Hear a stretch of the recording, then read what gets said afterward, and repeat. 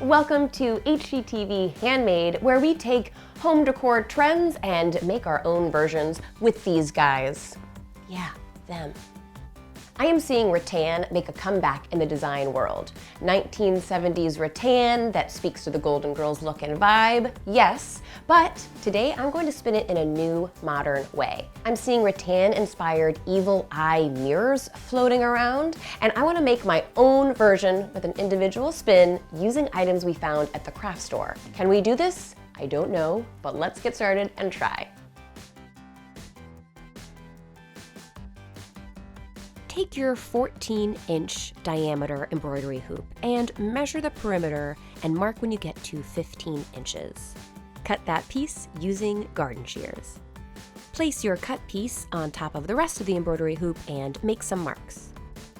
Cut your second piece. You'll want to cut your ends at about a 45-degree angle and sand them down as smooth as possible. Remove the closed circle from a 12-inch embroidery hoop. Place your newly cut pieces inside the 12-inch hoop using the perimeter of the circle to keep them in place. Make your ends match so that it looks like an eye. Flip the whole thing over and add a dollop of wood glue to where the pieces connect on both sides.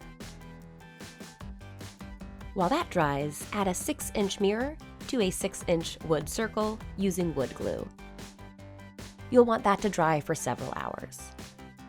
Once totally dry, you'll be adding some hangers to the back of both pieces. I used these little gold ones, and for the delicate embroidery hoop, I actually removed the gold piece and just used the tiny hanger by adding just a dollop of hot glue to the back and pressing it down. I added a hanger to the back of the wood circle using wood glue. And now this guy's ready to hang. Hang on small nails, and voila! You've made your own DIY evil eye wall mirror. It looks super cool on its own, but you could also do a series, paint them in different colors, do different sizes, spin this in any way you want.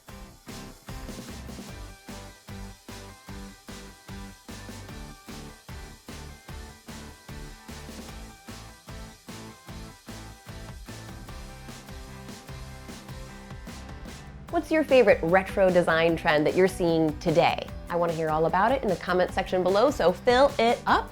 And be sure to give the vid a thumbs up if you like it, and subscribe to HGTV Handmade. I will see you guys later. Bye!